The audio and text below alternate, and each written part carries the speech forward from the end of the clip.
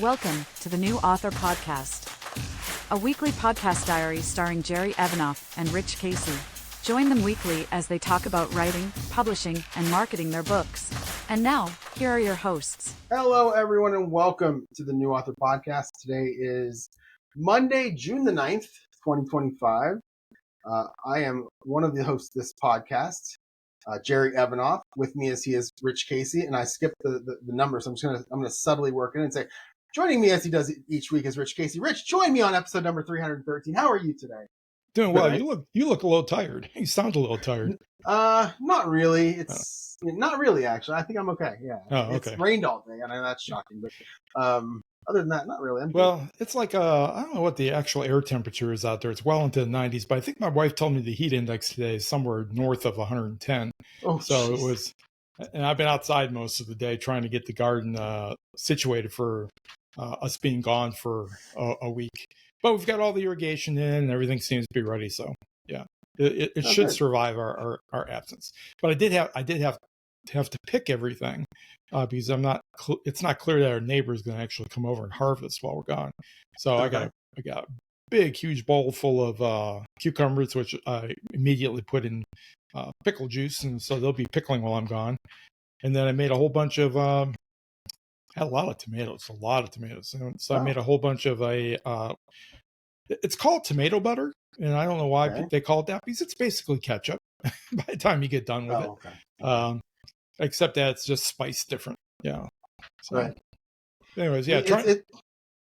I was going to say, trying to get make it so that nothing goes to waste if we can help it. Yeah, I was going to say that it's funny because I have this picture in my mind of Louisiana, and the picture strictly comes from the webcam that you always see pointing down at the is that Bourbon Street in New Orleans, right? Yeah.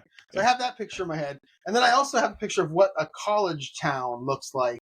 And every time you talk about your yard or your back garden or this or that, I'm like, where do you live? I need pictures of your house. I need pictures of your not your house. I don't care about your house, just the whole yard area. I need to know because I am completely wrong every time you talk about what your house actually is. Well, it's actually not that big. The backyard is probably only a half acre total, but we just cram a lot of stuff into it. Okay, there you go. That makes sense. Yeah. Okay, off air, I'll go ahead and give you my address sometime. You can do the old gold Google Earth thing. I'm gonna Google Earth it. I got to do it. Somebody did that to me today. We'll talk about that. Yeah, and so I got to do that and see. Somebody did that to me. I looking for quotes on blacktop for my driveway, and I called a guy a couple weeks ago, and he never called me back.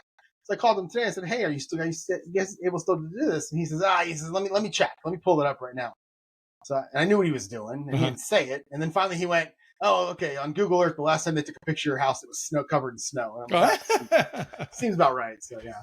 Yeah, I'm not sure when the last picture was for us. I think the last time I looked at it, it was the trees were leafed out. But that's around here, that's like 9 months out of the year, so it's kind of hard to tell. So let me ask you this then. I'll ask for some advice. I planted an apple tree like 3 or 4 years ago out in front of my house. It's kind of like it's basically like in the front yard on the border between my house and the next door neighbor's house. Uh-huh. So the leaves it's about when I planted it, it was 4 feet high, but now it's probably up to like 6 or 7. Mm-hmm. And I'm quite curious. I should probably trim this. Should you keep this at a certain size and width, for these trees, or does it matter? Well, it all depends on what kind of tree it is. I mean, if it was a dwarf apple, if it was a standard apple or mid-size, there's actually 3 different kinds. So the dwarfs will get to maybe 6 to 10 feet. The mid-size will go to 20, and the standard apples, they could go to like 30 or more feet high. Right. So a lot of people will try to prune them and keep them short, even if they're standard trees. And basically what you do is just go in there every fall after all the leaves drop, or you can wait till spring before the leaves come out, and just cut out all the wood that's crossing, where branches are crossing each other, and kind of cut out a lot of the center. You don't want to cut the center leader, but you want to cut out enough wood so that there's good airflow through there. Okay, I might look into that here. And when you do cut it, you leave about an inch or 2 stub on the twig on the branch that you cut out, because that will produce what's called fruiting spurs, and that's where your fruit will good to know. Yeah. Have you gotten any fruit yet? Or so I've had it like four years. I think I planted it maybe 4 years. It might have been 3, but I think it was 4 years ago. Last year I got one apple. It was my very first one. Okay. Mm-hmm. It was in the fall, and I picked it and ate it. It was fantastic. Yep. And so this year I'm looking forward to hopefully getting at least 2. Okay. So yeah. I want to put a peach tree up near it for some cross-pollination. Plus, I love peaches. Mm-hmm. And my neighbor over here has a peach tree behind their house, and it's gigantic. Right. And I'd love to put a peach tree out there too. I just don't know if I want it in my front yard or not. Right. Well, of course, the peach and the apple won't cross-pollinate, but well, I'll do some chemistry, get some test tubes, see what I can do. But if you got a big peach tree nearby, then peaches do need to cross-pollinate, and they produce a lot better if you do that. And you'll get some pollen from there onto your peaches. Yeah, so I love peaches. That should work. Do that. Yeah. All right, let's jump into this podcast. Enough of the horticulture. We'll do a little bit of writing stuff because I think I had more than Rich. I didn't have a whole lot, so it's going to be an interesting podcast here. Although he did tease me saying that he has some surprises for me, or he did a few things that I don't know what they are. I haven't looked at the outline, so I don't know what they are. So I'm going to jump right into my goal. My goal last week was 7,000 words. I kind of did the math on that, and it was going to be more because I had more days. And then I wrote a little bit less than I thought I would. I ended up getting 5,921. I did lose one day. 2 weeks ago, I lost a day because it was a work-related thing. This past week, I lost a day because it was a me-related thing, where I didn't do something else. I just didn't do anything, which is actually not a bad thing. I would have hit the 7,000 had I had that Friday writing day, but instead I didn't have it. So 5,921. I'm very happy with just under 6,000 words. At that rate, I will get done. And the plan is to get done with this book by the end of June, and I'm probably 30 to 40% of the way done right now in terms of how many chapters I've plotted versus how many are actually written. So I'm feeling good about that. Book 8 up 5,921. It's now 19,554 words. I'm expecting to double that once the first draft is finished.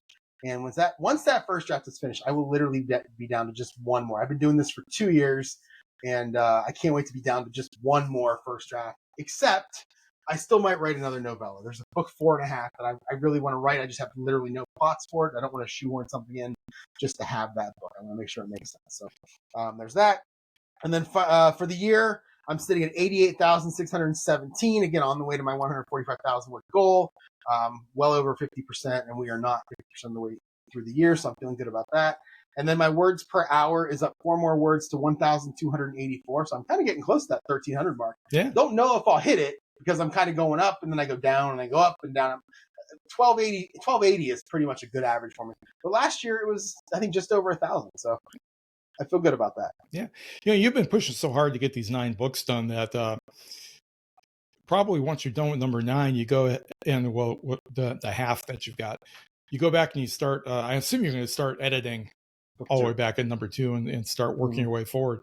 I bet that as you do that, and you're basically not writing new words or much of them, that a lot of ideas will occur to you for side quests and novellas. That's what I'm hoping. That you can do. That is what I'm hoping. Yeah.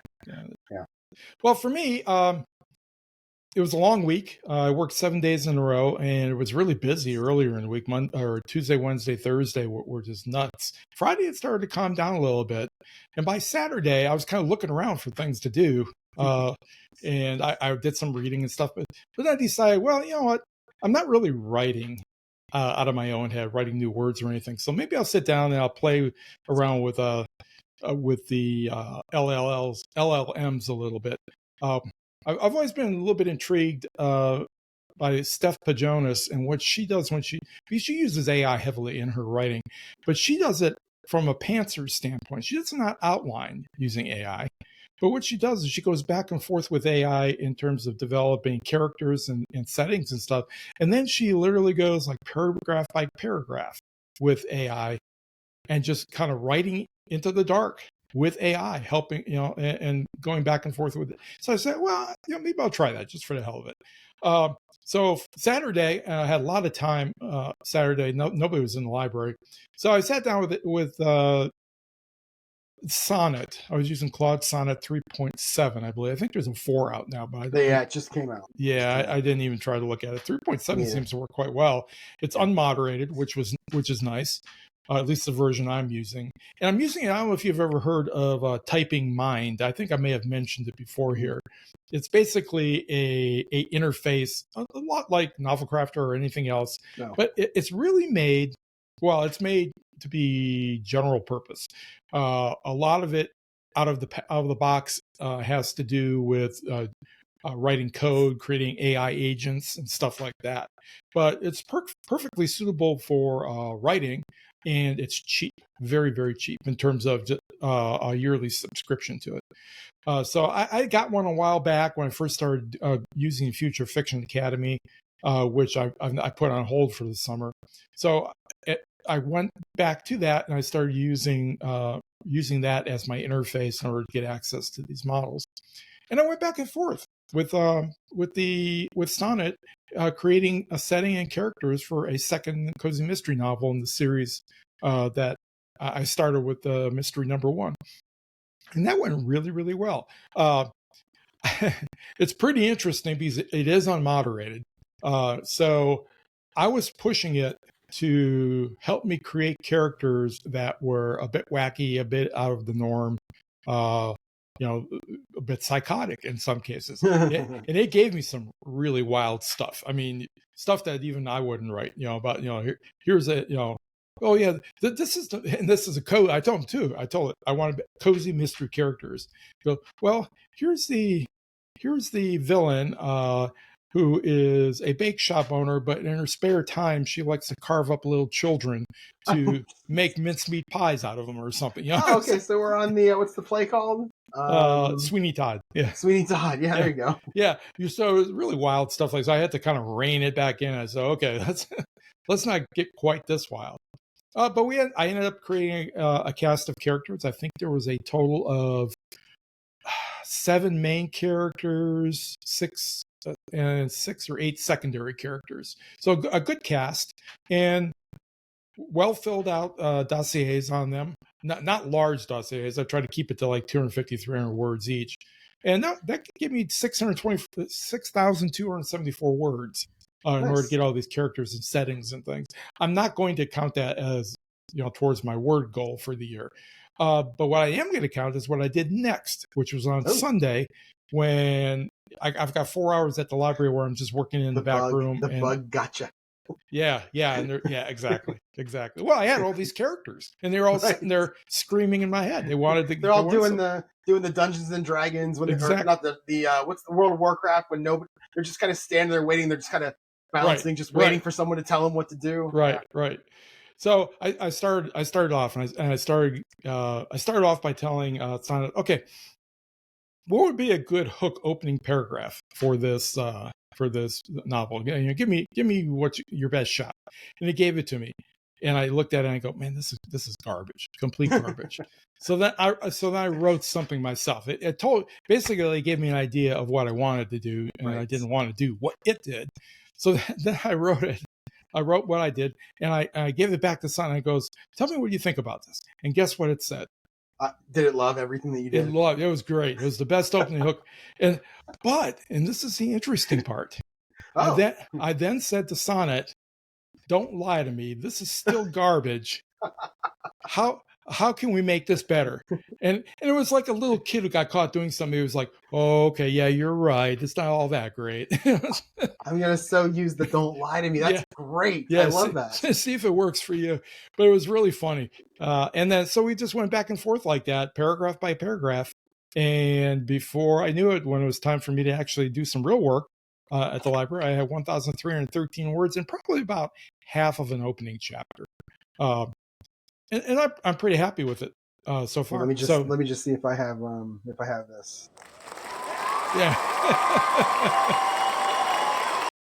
Yeah. So much for the writing break, but this was a little bit different because I was less writing and thinking about the story and more thinking about, how can I goad Sonnet into doing certain kinds of things, and will it do it?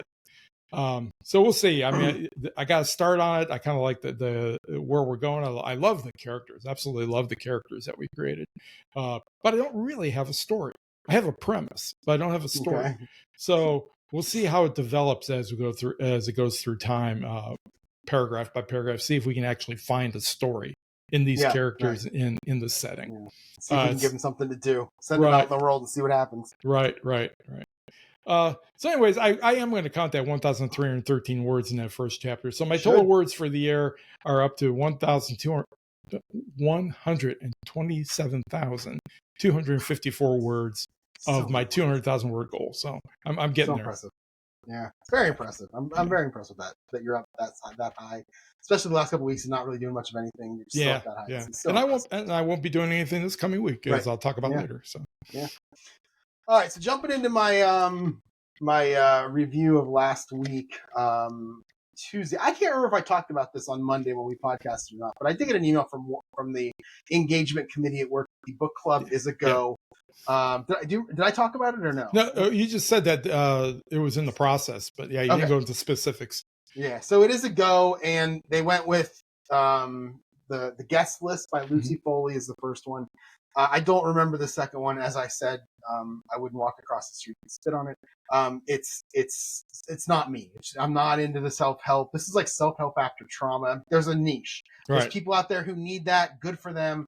I'm not looking to read to be depressed. So I won't be touching that one. And then the third one, I believe, is called James, and I believe it's a retelling of Huckleberry Finn from Jim's point of view, which I have no interest in at all. Never read the first Huckleberry Finn either, or never read the original. That James, that's very popular at the library too, and I think it's some kind of a nationwide community book or something that people are reading either across the nation or something, because it's just flying off the shelf and you can't keep it in. Percival Everett, it's a Pulitzer Prize winner. Yeah. So the woman that I had been talking to at work about, you got to pick a book that I like. She walked by me on Tuesday, and I was just like, "Hey, Michelle, nice job." And she goes, "I didn't pick it.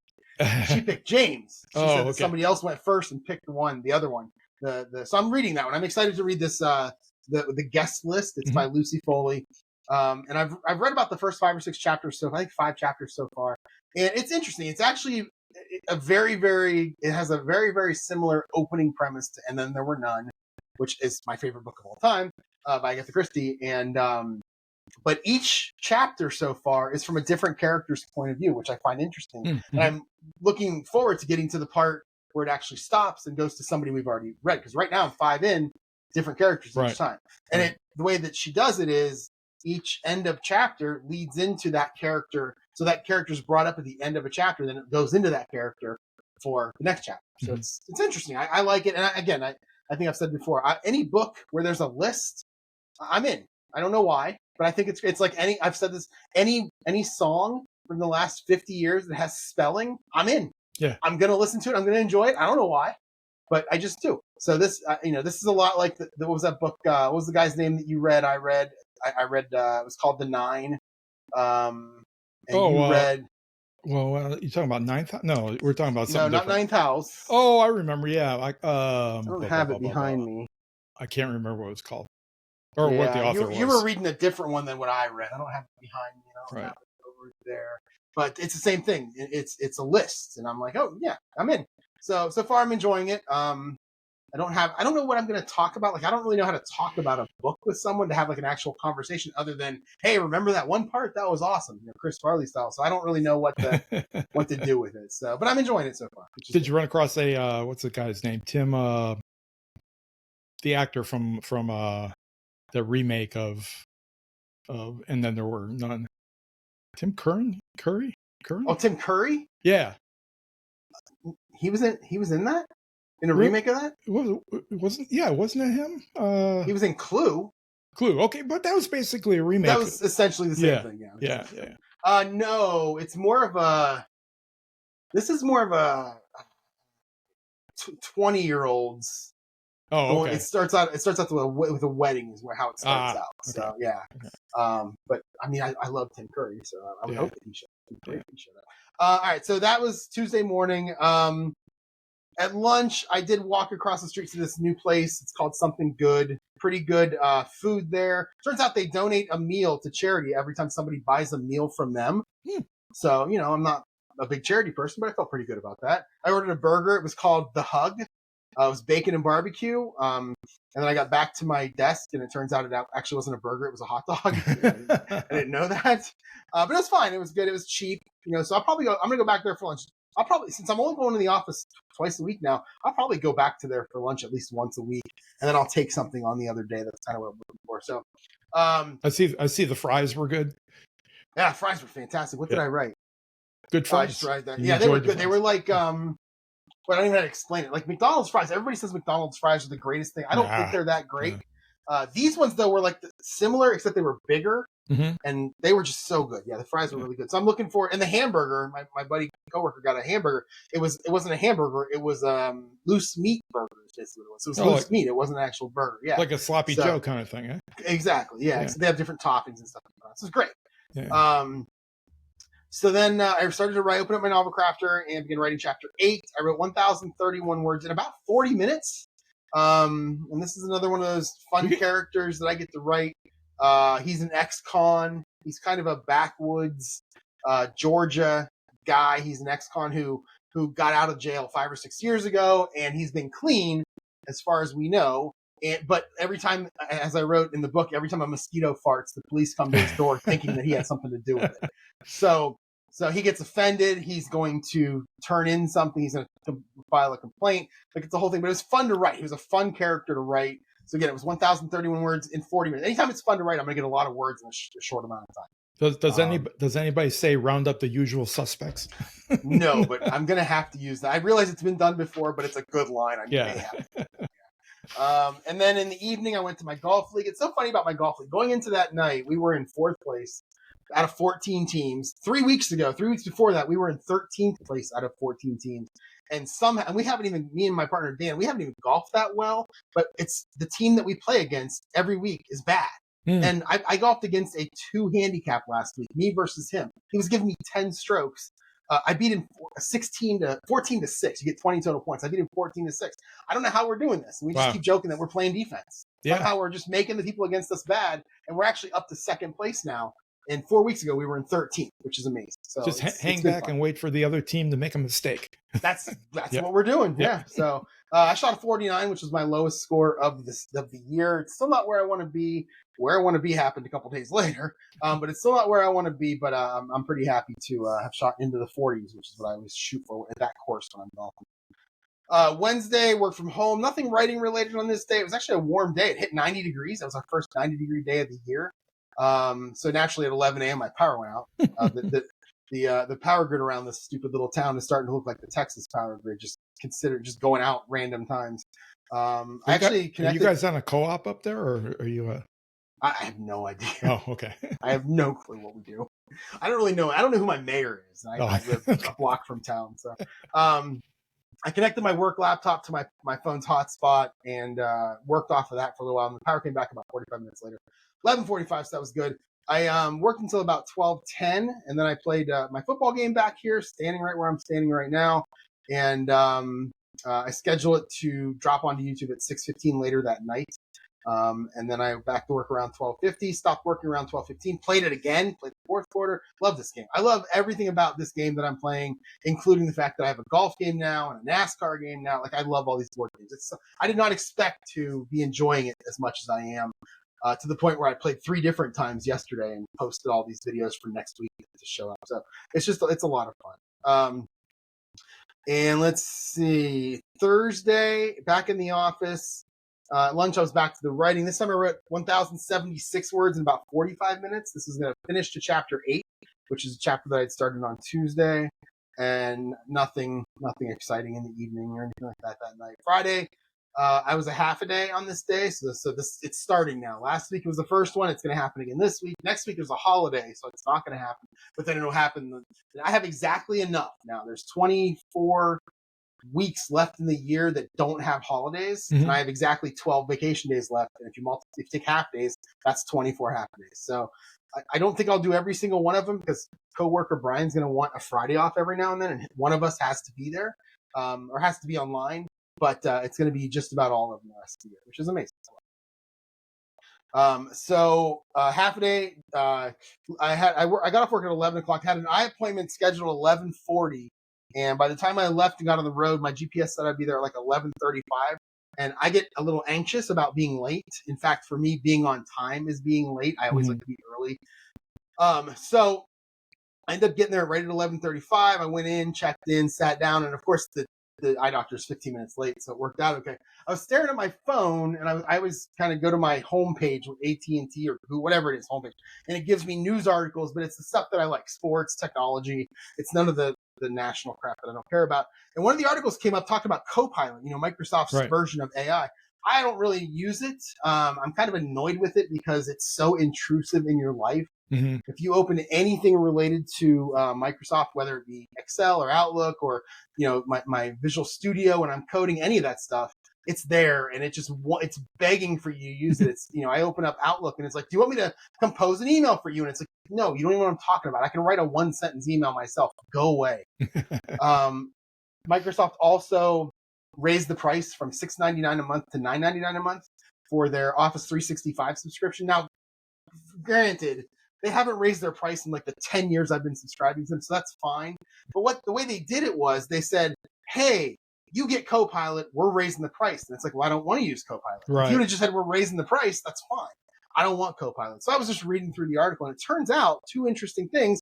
Number one, you can threaten to cancel your subscription, and they'll offer you $6.99 a month or $69.99 a month, which is what I paid for a year, because eventually they're going to force you to. Right. It's like the retention office of anybody you call. You threaten to cancel, they'll give you a deal. So I ended up, while I was sitting there on my phone, I ended up paying for 1 year of Office 365, $69.99, which actually you get 2 months free by doing that. So and there's no Copilot, there's no AI in it, which is good. I'm okay with that. Then the other thing I found out on that website is you can go into Excel, and you couldn't do this before, but you can go into Excel and you can go to like options and then Copilot, and you can just disable it, because the Excel was the worst. When you click in any cell, you get the little Copilot icon right beside the cell, right beside your pointer. Yeah. And you could click it and do stuff. And it's like, I'm just putting a number 1 in this cell. I don't need AI. Get out of the way. You're in my way. Right. So it turns out you can disable. So I came home, I went into Excel, I went into Word, I went into Outlook, all the places I used, and I just disabled it everywhere. So I was very happy about those. But you are right. You are right about what they're doing there. Is they're going to get people hooked on it, dependent on it, and then they're going to start charging for it. Oh yeah, they're going to force it. Absolutely. Yeah. So I like the ChatGPT. That's what I use. Right. I like that. I'm used to it. I prompt really well on it. I've got my history on there. I like it. I don't need. Now, the only time that Copilot could be interesting for me is if I'm in my coding stuff like Visual Studio or Visual Studio Code, where you have a Copilot thing, and if you open it up, it can see your code. You don't have to do the cut and pasting back and forth. But even that, I think I'm pretty good with ChatGPT, so it's no big deal. Right. Either way. I did have my eye appointment after that, and I forgot about this doctor. This eye doctor loves to talk. He told a joke to the people behind me as I was sitting there, staring at my phone. He said, I got a buddy who was a bit of a prude. He had a next door neighbor. He walked outside. This was during COVID. This was back in 2020 during COVID. He went outside and he saw the neighbor, and the neighbor, she was out there and she was sunbathing and she was naked. And he was like, dude, put a mask on. That was his funny joke. And so he likes to talk. So I get in the chair and we just start chatting. And really it's him chatting and me, listening and wanting the eye appointment to be over, but just chatting. And we're real close to each other because he's, we're looking at him. That's creepy to me. And so it gets onto the subject of, we were talking about books. I don't know how we got on the subject, but we were talking about TV and books. And he said, I don't like any of the books that they put out nowadays. Those, I like the classics. And I'm like, I never really got into the classics. He's talking about Catch-22. I've never read it. He's talking about what's the movie? The Leonardo DiCaprio movie. What's his name? What's it called? Now I can't even think what it's called. With Daisy, right? Is Daisy in the movie? What is this? Why can't I think of this? I want to say The Grapes of Wrath, but it's not The Grapes of Wrath. It's sounds like a movie I haven't seen. Yeah, you'd know it if everybody out there screaming right now because they probably know it. I got to look it up now. But anyway, we were talking about that. And I saw the movie. I never read the book. He dies in the end. He commits suicide, falls in the pool. The woman gets run over halfway through the story. Oh man! As soon as I say it, you're gonna kick yourself, and I'm gonna kick myself. So anyway, he's talking about that. I'm like, yeah. And finally, I was like, and what's funny is I write some of the books that you don't like. And we were just chatting about. He's like, wait, you write? And I said, yeah. And he said, I've written some novellas. I'm like, really? And it turns out he writes these novellas, and he writes into the dark. I know it's true because of all the lingo and the way he was talking about it. We were talking about plotting versus pantsing and all this stuff, and it's like, this guy writes. Huh. It was so cool. It was so cool to just have this conversation with him about writing, and he actually, he was talking about how he might want to try to publish and all this interesting thing. So it was pretty cool. I was very happy with it. And I can't find this stupid movie on IMDb. Didn't DiCaprio do like a Great Gatsby movie or something? Great Gatsby, thank you. Okay. That's it. I never saw. I didn't see it. That's why Grapes of Wrath was in my head. It kind of sounds like it. Yeah, a little bit. So we were talking about that for a while, and the eye appointment. No wonder everybody's late, because we probably talked for 20 minutes, and the eye appointment was 10 minutes. We were in there for half an hour, and it was a 10-minute thing, but it was pretty cool. He's leaving, where he's at the Target and going out on his own. And I was pretty happy with that. Or, I might go wherever he goes. I like the guy. I might go where he goes. He's got wild gear hair that drives me crazy. Something about that. So is he have his novellas up on Amazon, or he does not? He's not published any of them according to him. Okay. So he told me he was exploring opportunities. I don't even know what he writes. He didn't say what kind of stories. He said that he wrote one that was like 9,000 words. And it was a little romance type of thing. Okay. So yeah. So it was interesting though, and he could have been BSing me the whole way, but again, the way he talked, I doubt it. Why do I have this image of him writing novellas, horror novellas that are takeoffs on like The Dentist and and whatever that thing with the plant. What's that movie with the plant? Little Shop of Horrors. Yeah, Little Shop of Horrors. Yeah, there you go. So by the time I was done there, I had to head over to the BMV because my birthday is next Saturday and my plates expire. So I went over there, and usually they're not very crowded. They were so crowded on this. It was 12:30 on a Friday. I'm sure it was lunchtime for a lot of people, but they were so crowded that I was there probably another hour just waiting. And finally, I got my plates and I got my sticker. And when you have an electric car, you have to pay an additional $200. Mm-hmm. It's the way that they get the gas tax out of you, I guess. But I did that. Then I got in my car about 1:00, and I just felt miserable. I did not want to deal with more people. I just didn't want to go anywhere. And so I just went home. I went to Wendy's, got a burger, and went home. And even on the way home, like, I'm driving through these city streets that I know aren't mine. I'm like, I know that I share the road with other people. But every time the person in front of me had to stop for some reason, I was like, oh, Jesus Christ, hurry up. It was just such a miserable mood, Rich. I don't know why. I just was. So I just went home. And there was no writing. This is, take the Friday half day so I can get 1,500 to 2,000 words. Well, there was no writing on this day. And this is the day where, had I written, I would have beat my goal easily, but there was just no writing. So, So then I played my football game in the evening, and then I kind of hung out, watched TV, and I was golfing early Saturday morning. So I probably went to bed around 9:15 to 9:30. I didn't stay up very late. Yeah. And that was the Friday. Saturday, this is where it got fun. Saturday, this was our first really nice day on a Saturday morning. It was 65 when we started. It was sunny the entire time we were golfing, with the exception of the Canadian wildfires, which I don't know if you're talking to people in Detroit, they're getting it worse than we are. But it is so hazy out here where there were no clouds and the sun was still behind the smoke. Yeah, I haven't heard anything about that. We're getting a little bit of haze from the Sahara dust storms. Okay. They're coming up from up through the Gulf of Mexico, but nothing like what I see on blue sky with the wildfires. Yeah, and I told the guy I was golfing with, I didn't know Canada even had wildfires until last year when this happened. Yeah. Is this like a new thing? Have they always had them? I had no idea. They've always had them, but it's just like here in the U.S., it's only been in recent years that they've really gotten out of control because of the changing weather patterns. Yeah, so the last couple weeks we've played from the White Tees, me and my buddy Dave, and the White Tees are 700 yards closer overall, which is an average of about 50 yards, 40 yards, 30 yards, whatever it is per hole. And so, but there's a couple holes, like one hole, the number 3 is 320 yards from the Blue Tees. It's 220 yards from the White Tees. You get 100 yards difference on the same par 4. It's fantastic. And I was shooting in the mid 80s, having a great time. I even told people I'm playing from the White Tees on. I'm playing from the White Tees on Saturday again. I don't care if we had a foursome for the first time. 2 guys, me and Dave, and then 2 guys who just crushed the ball. And I'm like, I don't care. I'm playing from the White Tees. So I got there and I was like, Dave, we playing from blue or white? He goes, I'm going to play from blue. And I'm like, okay, I guess I will. So I'm back at the men's tees now. And I can't tell you how good I was. I had 2 birdies in the first 6 holes. Wow. I shot 38 on the front 9. Wow. And this is all legit, no mulligans, taking penalty strokes, all that good stuff. Got to the back 9. 38's my low probably ever on a 9-hole course. I've probably done it a few times, but 38's my low. Back 9's harder than the front 9, and I actually shot 45, which is an even bogey 45 for an 83. Wow. And I can't tell you the last time I shot a legit 83. I haven't had a double bogey with a penalty stroke on number 12. I mean, I have 75 balls in that pond over the last 5 years, and I hit another one in there.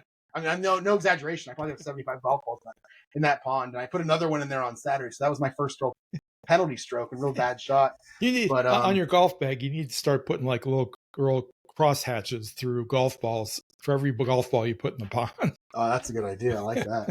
Yeah. But the nice thing about that hole is when you play from the white tees, you're 50 yards forward. The pond doesn't even matter. It's right over there. Right. But when you're back by the blue tees, it's about where I hit my shot. Yeah. And if it slices at all, it's going in that pond. And I've had a slice most of my life. But I shot 83. I was so happy. I couldn't believe that I actually shot an 83. Everything that I hit, putt-wise, I putted so well. I had the 2 birdies were both 1 putts. One of them was from off the green. I had a chip stop that if the ball would have rolled 1 more half revolution, it would have dropped in the hole for another birdie on the front 9.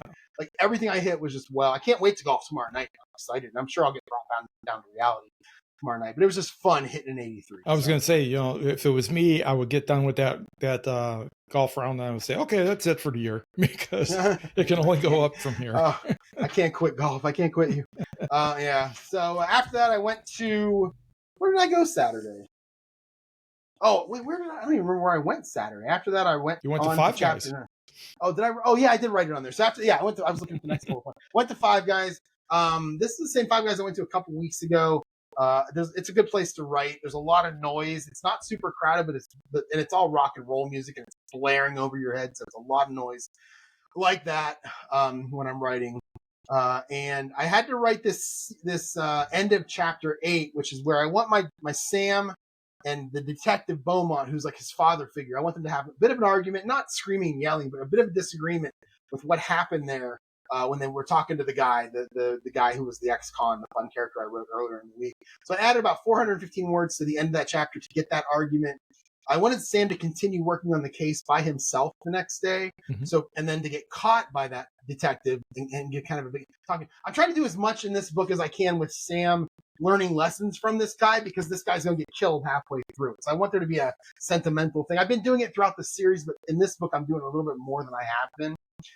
Because he's going to get shot and killed. The detective gets shot and killed right at the midpoint. So I did that. And then I went on to chapter 9, adding 791 words to it for a total of 1,206 words in about an hour. And my back was killing me. When I play these games back here, if I stand for longer than like 90 minutes, my back starts to hurt. Mm-hmm. And if I go anywhere to sit down that's not my couch, my back hurts even worse. So like I got to slow down on playing the games because I've been playing a lot of them back here. And I'll get to the next day because I didn't learn my lesson. So my back was something. So and it was also freezing cold in that place. So I felt like I was sitting right under the air conditioner. So I left after the hour. I could have stayed a little bit longer and tried to hit the 1,500 words I like to hit on Saturday. But I was just uncomfortable. I've been uncomfortable all weekend, even today for a while. I was feeling pretty crappy.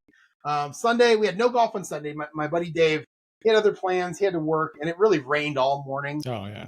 And I want to drive up there, golf by myself, play in the rain, struggle, be in a hurry. I just didn't want to do with that. So what I did, and I didn't want to go to Panera for breakfast. Like, I'm not a huge Panera fan in terms of their food. So I waited until about 10:30, and I left, and I went to Buffalo Wild Wings. But in the morning, I kind of sat at my computer and caught up on a couple of my errands list items that I had written down that I had to do with my computer. And the funny thing is, now that I'm playing these games back here and I'm posting them on YouTube and then I'm going to work and I'm golfing and I'm going somewhere to write, I don't really sit at my computer in the front room very often where I used to sit at it every evening. Mm-hmm. So I'll make a list of things to do. For example, one of the things I did was I ordered a pair of Zenni glasses to replace these with the new prescription. I got the same frame. The frame was $6.95. I love the frame. Total out the door with the lenses, UV protection, blue light protection. Shipping was $49. I love Zenni. It's amazing. Great. It's better than I had to ask for my prescription. I always feel guilty when I ask for my prescription. Like, can I get my prescription? Because I'm not buying from you guys. I'm going somewhere cheaper. But it's a big sale. It's $400, $48 in terms of the savings. Oh yeah, so, yeah, definitely. I also started looking at the Agatha Christie BBC writing thing that I bought 2 weeks ago. Didn't talk about it last week because I hadn't really started it yet, but I did start it yesterday. I watched a lot of it 2 days ago, or yesterday morning, and I watched a lot of it in the afternoon, and I'll talk about it here in a minute. It is exactly what I expected it to be. It's not going to be this deep dive on prose or craft. It's really just Agatha Christie. So I watched the intro, which interesting. I really like learning about her life. I like learning about how she like came. I would sit and pay just to have her talk about how she came up with her books, her characters. Not necessarily the writing stuff, but just that. So I did play my golf game also in the morning. So that was video 1 that I made. I was playing part 3 of my golf game. I did it in a 5-part series. So this is part 3. And then I was off to Buffalo Wild Wings. And while I was there, I continued working on chapter 9, and then I finished it, and then I started chapter 10. Total of what is that math? 1,563 words, I believe, for the day. I was probably there. I probably wrote for about 90 minutes, maybe 100 minutes, something like that. So we're getting through this. So that's chapter 10 that I had gotten most of the way through. So that means I'm done with like chapters 1, 2, 3, 4, 6, 7, 8, 9, 10, most of 10. I've also written like 17 and 18. I've also written like the last 3 chapters. So I would say I'm about halfway done right now with this book. And I do expect to get done. That noise. Oh, there's sirens like crazy going past my house right now. Sorry. Oh yeah. I do expect to get done with it by the end of June. That way I can start plotting. And I feel like book 9 is going to take me about 2 months between plotting and writing. So the end of August is what I'm shooting for to be done with book 9. And that's when I'll start going back and take a look at book 2. And I should have my my story Bible done back to me sometime middle of next week. I should have it back. I think June 17th. And I'm really, really excited about this. This is going to be the book 1 story Bible. I'll send it to you, Rich. So you can take a look at what she does. I'm really interested to see what she comes up with and how she does this and what kind of detail it is. Yeah. So I'm excited about that. So I'll have that when I'm ready to start editing book 2 to make sure that I continue the characters on correctly. And then probably what I'll do is once I'm finished editing book 2, I'll probably just send it to her and say, "Can you do this one next?" Mm-hmm. And I'll just keep doing that as I go. So what did it cost you for book 1? $400 for book 1, and it did say that next books in the series would be less. So my guess is it's like $350, $300, $350, something like that, which is fine. If it's a really good job, I'm okay with it. Yeah. I think it's worth it. So, and then after Buffalo Wild Wings, I came home, and then I played my golf game. So we're now on video 2. This is part 4 of 5. And then I went in the other room and I was eating dinner and watching TV. And I was like, I really want to finish this. It's part 5 of 5. It's going to not take me very long. Let's just finish it. So I came back here again for the 3rd time and I played part 5. It took me like 40 minutes to play part 5. And then I went into the room in there, sat at my computer in the living room. And this is where I scheduled each one of them, five parts to be released 8 a.m. Wednesday, Thursday, Friday, Saturday, and Sunday. So there'll be a 5-part golf series, me playing tournament 2 in my fake series. And that was a blast. The first time I played it, I was still learning the rules. It was kind of unorganized. I was a bit chaotic. I didn't even record the second half of it because I had audio problems. But this time I did it kind of a more structured way, and it worked out really well. So I'm very much looking forward to seeing how that looks on YouTube. How long are these segments that you're posting? So the first one was like 35 minutes. Uh-huh. And then the next 3 were about an hour to an hour and 10. Oh, okay. And the last one was like 40 minutes. Okay, so I thought about putting them together as one long video and posting that also. But, I just didn't do it. So. Yeah. And then in the evening, I, again, spent a little bit of time with the Agatha Christie series. In terms of the Agatha Christie series, I'm about maybe halfway through it so far. And it's really her talking about, I saw a 3-star review where someone said, this looks a lot like an Agatha Christie biography. And in my mind, I'm like, yeah, that's why I would give it a 5-star review. Because she went through like an introduction, talking about her writing, what mate her write in the first place. I love the story of what made her write in the first place was her sister daring her to write a murder mystery. And that was the Mysterious Affair at Styles. And then it just kept going from there. And she talked about, there's a whole section on characters that I'm part of the way through now. There's a section on ideas where she talks about how she got her ideas. There's a section on plotting. She has an idea. She talks about how she plots. It's interesting, but don't expect to learn how to write from it. Right. But I will say I did make a couple notes in my Scrivener documents based on something she said, which was she always likes to introduce the murder in some way in the first few chapters of the book, whether you're a you just meet them as part of a group of people or something like that, Right. or someone mentions them. And I started thinking about the books I've written, 2, 3, 4, 5, 6, and 7 so far, wondering, have I done that? Well, there are a couple books, and it was the 2 books where I got to the very end of the first draft and changed the murderer to someone else. Uh-huh. And in both cases, I really didn't talk about that murder until at least halfway through the book. Yeah. So I went back and made a couple notes. Hey, introduce this person earlier. I had a great way to do it in book 6. Like, I'm really excited about this one. And then the other one, I got to come up with something, but I'm sure I will. Yeah, I think one of the expectations, I know it's my expectation when I read a murder mystery story, that is that the true murderer will have shown up someplace in the first act for sure. So that's quite a bit, because that's like 20-25% of the story. So you have a lot of time to kind of throw in misdirections and things like that. Yeah, and in fact, the guy that I talked about earlier, I'm curious what you think of this. I was writing this, it's the whole, what's it called, where you put the gun in the first scene, you expect it to go off in Chekhov's gun. So I wrote in this series about the backwards, or not the series, the chapter I was talking about that was really fun to write this character. I do have a high-powered rifle being shown in his house, mounted up, and it's got 2 deer heads on each side, and there's hunting stuff. So this guy's like a big-time hunter. I don't know if this is insulting or not, but I describe him as a hillbilly, which is okay because I'm part hillbilly, so it's okay. I can partly say it, I guess.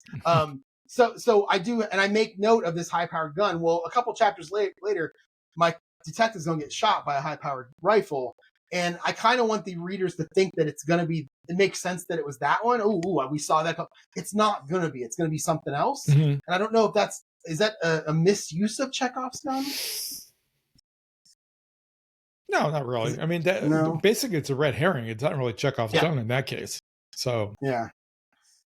So we'll see how I handle it, because I got to have the murderer actually. We got to find a higher powered rifle somewhere with him too, to have it make sense. And I don't know how that's going to happen. I just it's one of those things I'm writing in the dark. I just add it right there and go. Okay, I got to figure out this later. And there's kind of a misconception, I think, at least from my point of view, that Chekhov's gun refers to anything that shows up at all has to be pertinent to the story and used at some point. But that's not really the case.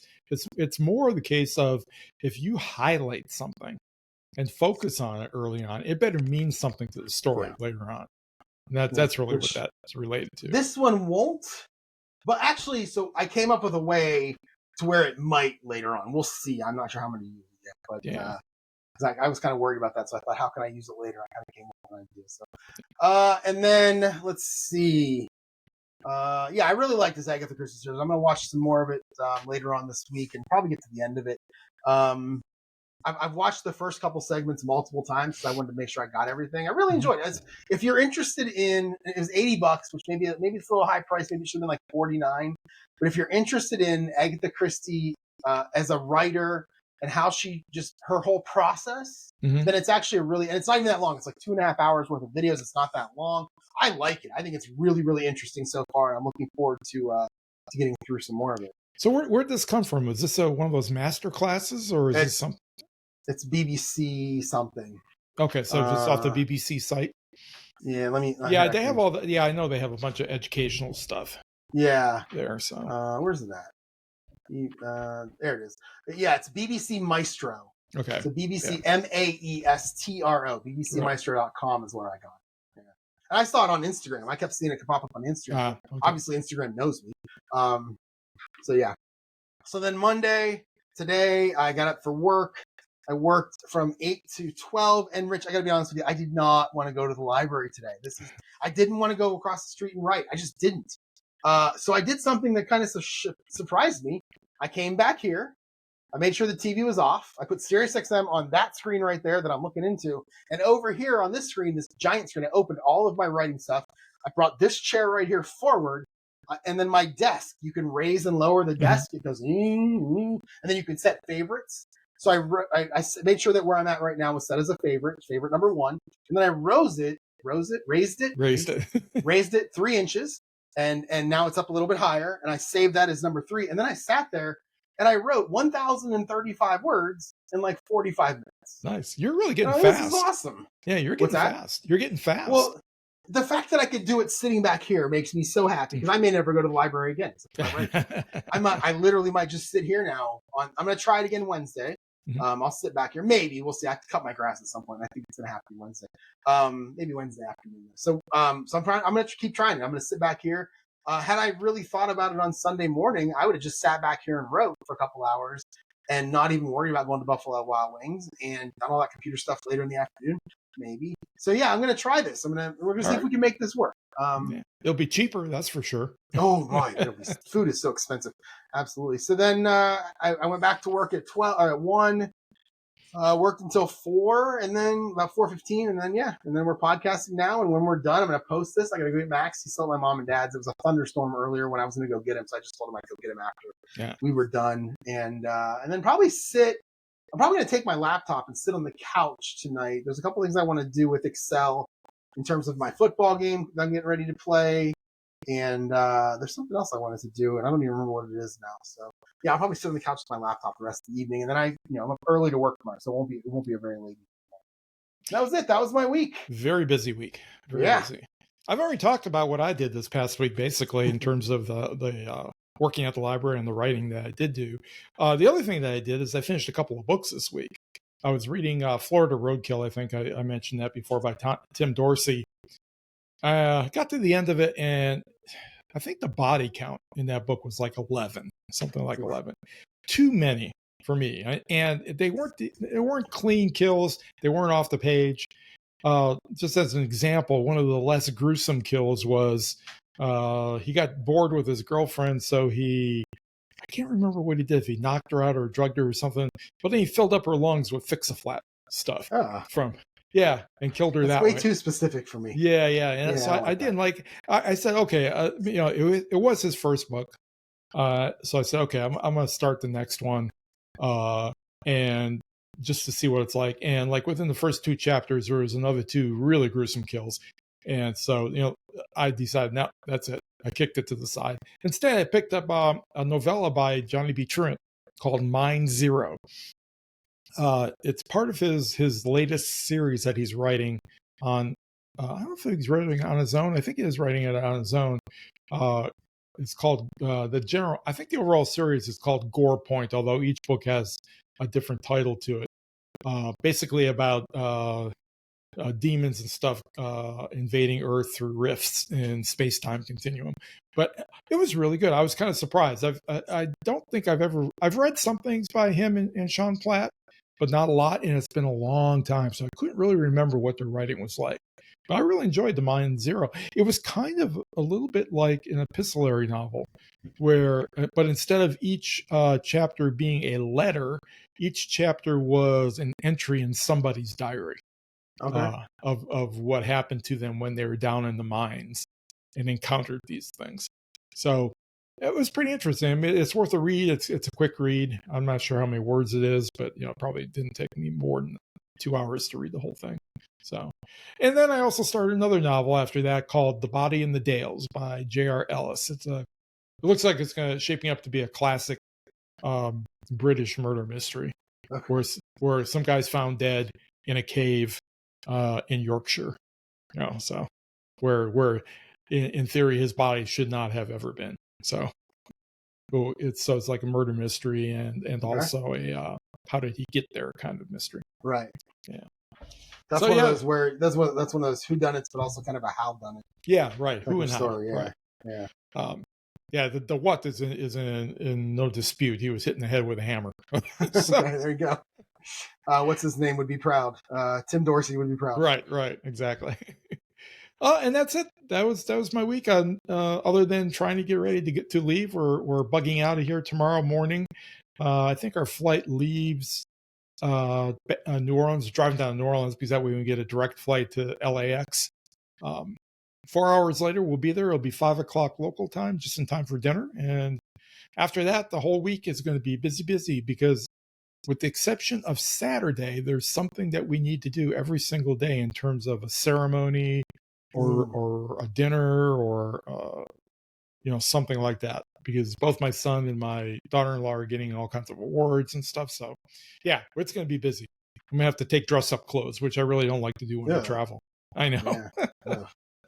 And there's nothing new on my future running list of things to do list.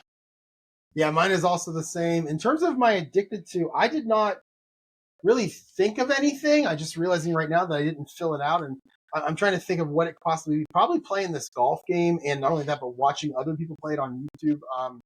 It's a lot of fun. It's this company. They're based in Colorado. They're called Play Games, PLAAY. They came up with a way that you can play a complete 4-round tournament in a day. Instead, the games that are out there now, it takes forever. I love the APBA football is what I play all the time. I've been playing it since I was 10 years old. And APBA has a golf game, and I don't play it. I have it, but I don't play it because it takes so long just to play one hole. This thing, gives you a really nice way to do the first 3 rounds in about 35, 40 minutes. My first video was the first 3 rounds. Oh, wow. And then it took me about 2.5 hours to play the final round with the 12 people, the 12 guys that made the tournament. It's so much fun. I've been watching other people play it, learning how to play, having a lot of fun with it. And I'm already looking forward to playing it again, but I got to play my football game a little bit too. So, right. So I'm going to wait a couple weeks and I'll play it again. So that's probably what it's been. Well, I'm kind of the same way. I really don't have an addicted to, although if push came to shove, I have to say that I drank an awful lot of coffee this week. I don't know if it's the heat or what, but as a result, when I drink a lot of coffee, I then don't sleep well that night. And as a result, I need to drink more coffee the next day. So it's a true addiction where you keep on ramping up because you're not getting enough. So. I couldn't imagine. I mean, I can't. I try to stop caffeine every now and then, and it never works. Yeah. So coming up for me this week, then it's a kind of a different week. It's kind of a busy week for me. Tomorrow I'm in the office. I'll try to get 1,000 words at lunch, and then I have my golf league in the evening. Again, we are in second place. There are 3 weeks left in the half because we do it by halves. If you win, all you have to do is have the most points in the first half, and you're automatically in the championship at the end of the year. Never been in the championship. I've never actually won a half. So I'm very excited about this. I'm hoping that me and Dan our handicaps are really high because we've been pretty bad the first 7 weeks. And I'm hoping that can help us out tomorrow. Maybe we can have good scores and it'll give us enough to get a lot of points to win. So I'm looking forward to that. Wednesday, I'll work from home. So I'll either try to get 1,000 words at lunch or I'll have to cut my grass. It's bad right now. My neighbor cut hers 2 days ago, which made mine look even worse. So I'm going to have to do it. I could do it Wednesday. I could also do it Wednesday after work. So we'll see. But either way, well, depending on what happens, I'm going to try to get 1,000 words at lunch sitting right here at this desk. We're going to try it again if I don't cut my grass, and hopefully I can get at least 1,000 words. Thursday, I'm in the office again. I'll shoot for 1,000 words at lunch. I do have my writers club in the evenings, so I will have to take some time over the next couple of days at some point. So one of those days that I have writing on, it's not going to happen. I have to take some time to prepare and edit whatever I'm going to read to the writers club. I think I'm reading book 7.5 to them. I've read chapters 1 and 2 so far. I think I only read part of chapter 2 last month, so I may have to read the rest of it, or I may read chapter 3. I don't remember, so I'll have to go back and look at that. But I'll have to edit it first. I can't go in there with a first draft because it's terrible. Yeah. And then Friday is another half day. I probably am going to golf with a buddy, so there'll be no writing on this day. Once or twice a year, him and I try to take a half day each on Friday and go golf somewhere. He lives about an hour and 10 minutes from me, so we try to meet in the middle somewhere. Okay. We used to work together at the old job, and I'll be doing that. So probably no writing on Friday, unless it rains. We get rained out or something like that. Saturday, we don't have any golf on Saturday just because they have an outing up there, and we haven't really talked about going somewhere else. I don't think I want to. I'm going to golf Friday. I think I can take Saturday and knock off because I'm going to golf Sunday. So Saturday, it's also my birthday Saturday. Which is nice. Wow. Happy birthday. Thank you. I'm not going to golf, so I'll probably go in the morning and write like normal. I'll go to Chick-fil-A. I haven't been there in the morning in a while on a Saturday. Then I'll run my errands. Then I'll be home, so it'll probably be an early day back at the house. So what I probably end up doing is playing some games, things like that throughout the evening. And then Sunday is Father's Day. We have a 6:40 a.m. tea time. So I will go out there. Our regular foursome that like I played with last week that usually plays with in summer, they usually don't play on Sundays, but because we're not golfing Saturday, I think one of them said he's going to try to move his Father's Day plans back and then golf with us. I'm not sure about the fourth yet. So we'll either have a twosome or a foursome, or a threesome or a foursome on that day. So I'll probably be home by noon, pack up the laptop, go somewhere to write. And as always on Saturday, I'll run my non-grocery store errands. On Sunday, I'll go to the grocery store. And then Monday, I'm working from home, and I'll do my best to get 1,000 words at lunch. So my goal, I didn't really do the math on this one. I just kind of came up with 6,000 words based on how much I think I'll be able to write. So the goal, I'm going to lower it from 7,000 to 6,000 because I've missed 7,000 the last 2 weeks. And we'll see what happens. So no dinner with your dad on Sunday? Oh, that'll probably be on there too. I already bought the card. Yeah.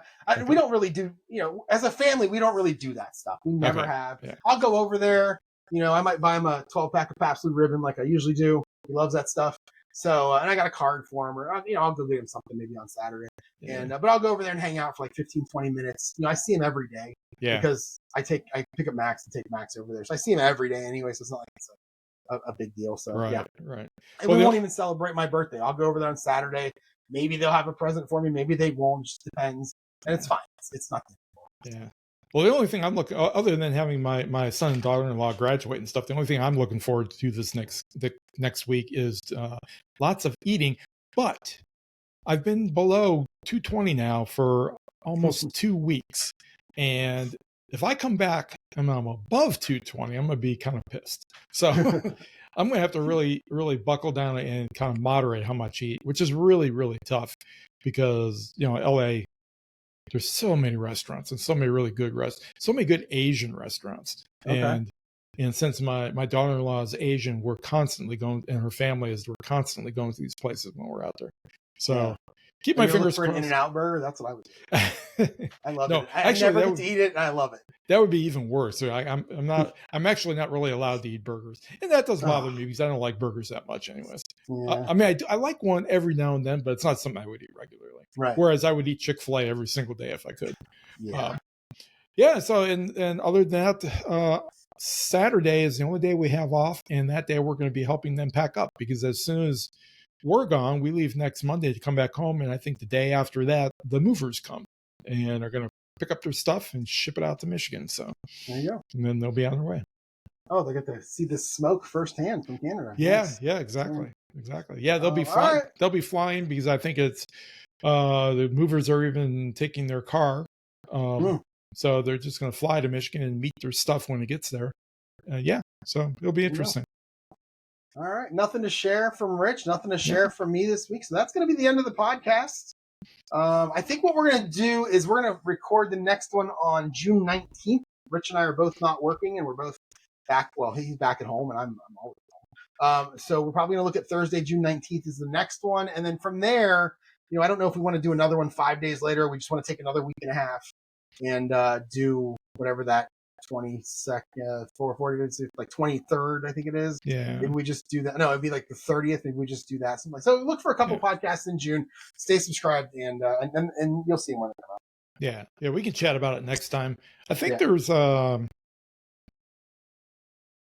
isn't there five Mondays in June? I believe that there are. Yeah. Yeah. So if we kind of do a week and a half, then we'll end up with four podcasts. So that'd be okay. That makes sense. Yeah. All right. So that's going to be it, everyone. You don't have anything else? No. All right. Thanks for watching. Thanks for listening, everyone. And we'll see you on June 19th. Yeah. And, I'll go ahead and leave my email address out there just in case anybody wants to. Oh, we didn't do that. Did I skip over all that, didn't I? Jesus. Well, I'll start off with mine. You can, if you want to email me anything, the address is rich@richcacy.com. And I'm also still posting over on Blue Sky. I forgot to mention this. Oh, who was it? Oh, I can't remember his name. I got a celebrity follow today. Wow. A real celebrity follow. It's the guy that while you're talking about yours, I'll look it up. It's the guy that did that kind of productivity stuff recently. About deep work. The guy who wrote the book Deep Work. I don't know who that is. Okay. I'm gonna look it up while you go ahead and do yours. Anyways, you can find me on Blue Sky at Kacy himself. It's impressive. My favorite, I have two celebrities that they don't follow me, but I have two celebrity interactions on Twitter. One of them was, and I can't remember his name, John. Oh man, I can't remember his name now. And he was in Arrested Development. He was the other announcer in Best in Show with Fred Willard. He's been on a ton of stuff, and I love the guy. And I posted one day on Twitter, I put at him, ever been not funny in anything? Yeah. And he immediately wrote back to me, if you have time, I'll get you a list. Which I thought was funny. And then my favorite one is one of my favorite actresses of all time, Alicia Witt, who was like a trained pianist in her real life.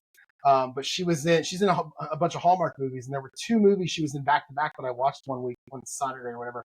And they kept making references to things that happened in Seinfeld. So her company name was Pendant Publishing. That's where Elaine worked.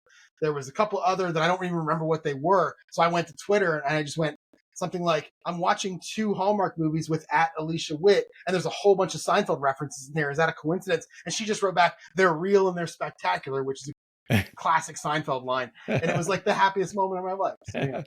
Yeah, the guy who followed me, his name is Cal Newport, and he's a Georgetown professor and author focusing on productivity, deep work, and career. Nice. I wonder what did you post that he followed, you know? I don't know. I don't know what caused him to follow me. Probably some shit post. Yeah, right. Yeah. All right. If you want to get in touch with me, you can email me, jerry@jerryevanoff.com, and the website is jerryevanoff.com. I mean, I've dug out the Facebook author page a couple weeks ago, and I've been looking at it every now and then, wondering if I should start posting to it. So facebook.com/@Jerry Evanoff author is the link if you want to go follow me, because I think it's going to start up again pretty soon. I'm kind of getting that itch to do it.